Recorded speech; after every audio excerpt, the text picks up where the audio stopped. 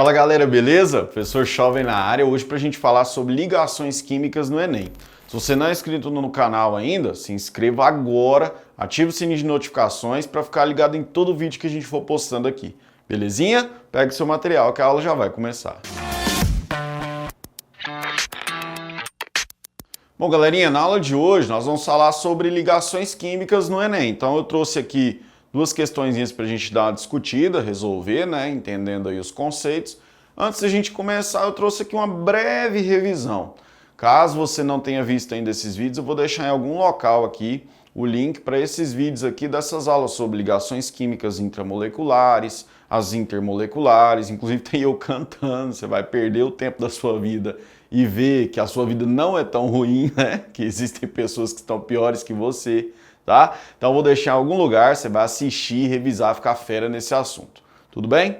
Vamos lá então, uma breve revisadinha aqui, ó. Ligações químicas. Pessoal, as ligações químicas elas se dividem em dois blocos. As ligações que ocorrem dentro de uma molécula e as ligações que vão unir as moléculas, né, formando as substâncias. Então eu tenho uma ligação que ocorre para formar a molécula, ou seja, é dentro da molécula. Olha o nome, intramolecular. Tá? Então a ligação química intramolecular ela ocorre dentro da molécula. E eu tenho a ligação intermolecular. Essa é entre moléculas. Ela já vai trabalhar ali na junção de uma molécula e outra, vamos pensar assim, para formar uma substância. Tudo bem? Olha aqui uma equaçãozinha que eu coloquei aqui de lado para vocês, para a gente discutir um pouquinho sobre isso. Aqui, ó, eu tenho a água no estado líquido passando para o estado gasoso. Aqui não houve rompimento de ligações intramoleculares. Só houve o rompimento de ligações intermoleculares. A água não deixou de ser água. A molécula ainda está predominando. O que eu tenho aqui é uma mudança de estado físico. Houve, então, um rompimento de ligações intermoleculares. Já nesse segundo processo, onde a água gasosa deixa de ser água e passa a ser oxigênio gasoso e hidrogênio gasoso, nós temos o rompimento e formação de ligações intramoleculares, tá? Então, dá aquela revisada bacana, porque isso é bem recorrente no Enem. Ligações químicas intramoleculares. Nós temos as ligações iônicas, covalentes e metálicas. Já as intermoleculares, nós temos o íon dipolo permanente, dipolo permanente, dipolo permanente, dipolo permanente, dipolo induzido, dipolo induzido, dipolo induzido, que também é conhecido como forças ou dispersões de London, e temos também as ligações de hidrogênio, que anteriormente ou antigamente eram chamadas de pontes de hidrogênio. Tudo bem? Então nós temos esse esboço aqui, esse organograma, para que você entenda aí os tipos de ligação.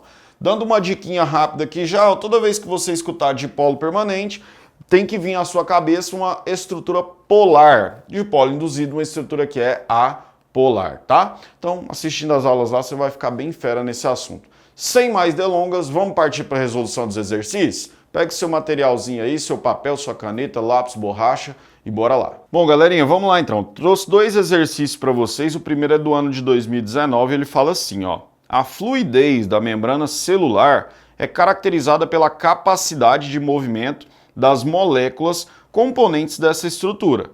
Os seres vivos mantêm essa propriedade de duas formas, controlando a temperatura e ou alterando a composição lipídica da membrana.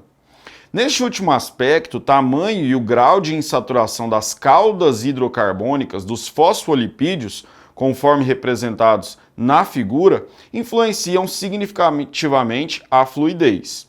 Isso porque, quanto maior for a magnitude das interações entre os fosfolipídios, menor será a fluidez da membrana. Aí ele te deu a representação simplificada da estrutura de um fosfolipídio, tá? Então ele te mostra a cauda hidrocarbônica, a cabeça que é polar e onde você possui a insaturação. Assim, existem bicamadas lipídicas com diferentes composições de fosfolipídios, como as mostradas de 1 a 5. E ele te deu 5 tipos aí de bicamadas lipídicas. Qual das bicamadas lipídicas apresentadas possui maior fluidez? Bom, ele quer saber qual delas tem maior fluidez. Vamos voltar lá em cima do exercício que ele fala, ó. Quanto maior for a magnitude das interações entre os fosfolipídios, menor será a fluidez. Quero que você se atente para esse detalhe pelo seguinte. Se eu tenho uma interação muito forte, a fluidez entre uma molécula e outra não vai ser grande. Eu vou ter como se fosse uma prisão ali entre um fosfolipídio e outro, essa bicamada ali que ele chama, né, essa bicamada lipídica. Então eu preciso de uma interação fraca para que essa fluidez seja maior, porque ele quer a bicamada que apresente uma maior fluidez. Tudo bem? Vamos então primeiro analisar a representação fornecida pelo exercício. Perceba então que a insaturação é quando essa perninha estiver dobrada, a cabeça e a cabeça polar, você tem uma cauda hidrocarbônica do outro lado. Vamos analisar agora as 5 estruturas que o exercício nos mostra. A primeira estrutura você pode perceber que ela não tem insaturação. Viu aí que todas as cadeias hidrocarbônicas são retinhas? Já a segunda, você percebe que você tem uma bicamada toda insaturada. Do início ao fim, todos os fosfolipídios são insaturados. Viu a perninha dobradinha lá, representando a insaturação? A 3, você tem uma alternância, uma bicamada insaturada, a outra parte saturada, insaturada, saturada. A de número 5, ela é toda saturada, desculpa, de número 4, e a de número 5 tem essa alternância. Então, peraí, aonde eu vou ter uma menor interação? Você pode perceber pelo desenho que a menor interação entre as camadas lipídicas ocorre na estrutura de número 2. Tá vendo que eu tenho uma interação bem pequenininha? Peraí então, se a interação é alta e a fluidez vai ser pequena, foi isso que o exercício falou, como na 2 a interação é baixa, a fluidez vai ser alta. Então a estrutura 2 vai me representar aí uma bicamada lipídica que vai apresentar uma maior fluidez. E a número 2 corresponde à letra B. Então a resposta para essa questão é letra B. Bom, olha só que interessante. Essa que a gente acabou de resolver, ligações intermoleculares, né? Essa agora é de ligação intramolecular, também de 2019. Ela fala o seguinte: por terem camadas ou camada de valência completa, alta energia de ionização e afinidade eletrônica praticamente nula, considerou-se por muito tempo que os gases nobres não formariam compostos químicos.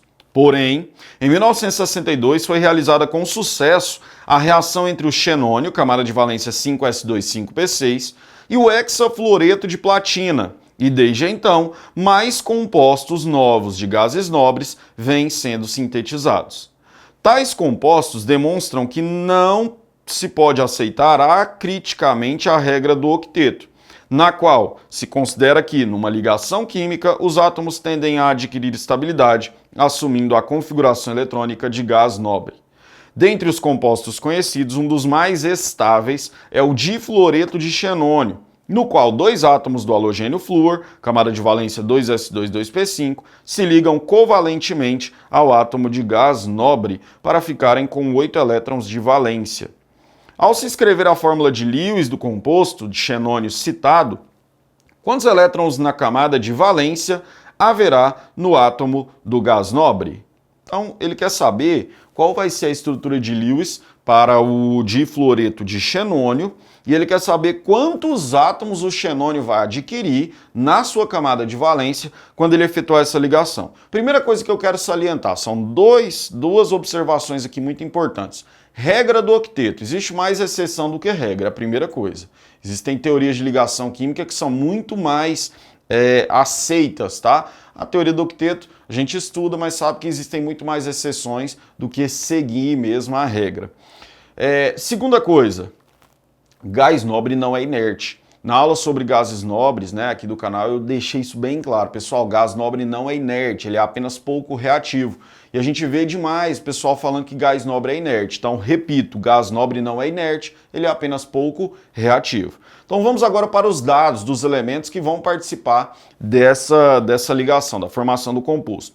Nós temos o xenônio, ele está localizado no 5º período da tabela periódica, no grupo 18, gases nobres. Camada de valência dele, de acordo com o exercício, é a 5s2,5p6, tá? Então ele tem 8 elétrons em sua camada de valência. Nós temos o flúor, que está no 2º período, no grupo 17, o grupo dos halogênios. E a camada de valência dele é a 2s2,2p6. Bom, nós sabemos que a molécula é a XeF2, difluoreto de xenônio. Então quem será o meu gás, quem será o meu átomo central? O gás nobre. xenônio. Então vamos colocar o xenônio no centro, vou colocar um flúor em cima, outro flúor embaixo. Beleza. Nós sabemos que cada flúor necessita de mais um elétron, porque você percebeu que ele tem 7 elétrons na camada de valência. E a teoria do octeto diz que o átomo, para atingir a estabilidade, necessita igualar a sua camada de valência à de um gás nobre. No caso, possuir 8 elétrons em sua camada de valência. Então, cada flúor necessita de um elétron. Então, eu vou representar primeiro aqui, ó, os elétrons do xenônio. De que jeito que eu vou dispor esses elétrons? Eu vou deixar um elétron do xenônio ali próximo do flúor de cima, outro elétron do xenônio próximo do flúor de baixo. E os 6 elétrons restantes eu vou distribuir ao redor do xenônio aí, tá? De maneira, entre aspas, aleatória. O flúor, o que eu vou fazer? Vou colocar 2 elétrons dele em cima, 2 de lado e deixar um ali embaixo. Por quê? Esse par que está próximo, esse par formado por um elétron do flúor e um elétron do xenônio, é aonde vai acontecer a ligação covalente, o compartilhamento mútuo de elétrons. Então vai aparecer aí na tela para você agora um círculozinho, uma elipsezinha, melhor dizendo, circulando esses elétrons que farão parte dessa ligação. Agora nós vamos contar quantos elétrons nós temos. Nós temos aí o xenônio, ele tinha 8. Pegou um do flúor de cima e um do flúor de baixo, ficou com 10. A resposta correta para essa questão, então, é letra C, 10 elétrons. Antes de eu finalizar, você vai me falar, professor, mas por que o xenônio pode possuir 10 elétrons na sua camada de valência? Pessoal, átomos que não são metais, tá? Então, átomos não metálicos e que estão do terceiro período em diante, conseguem comportar na sua camada de valência mais de 8 elétrons. Por quê? Porque eles têm o seu subnível D não preenchido. Então eles vão conseguir comportar mais de 8 elétrons em sua camada de valência. Ok? Então a resposta para essa questão aí é letra C. Bom, pessoal, é isso. Ligações químicas no Enem. Espero que você tenha gostado, que eu possa ter te ajudado. Se você gostou, já deixa o seu like aqui embaixo. Se você tiver alguma dúvida, comenta pra gente responder e compartilha esse vídeo com a galera, tá? E não se esqueça, além daqui do YouTube, nós também estamos em várias plataformas de áudio, de texto. Então corre, acha a gente em todo lugar, começa a seguir pra gente ir junto aí em busca do seu objetivo. Beleza? Eu vou ficando por aqui. Muitíssimo obrigado e até a próxima.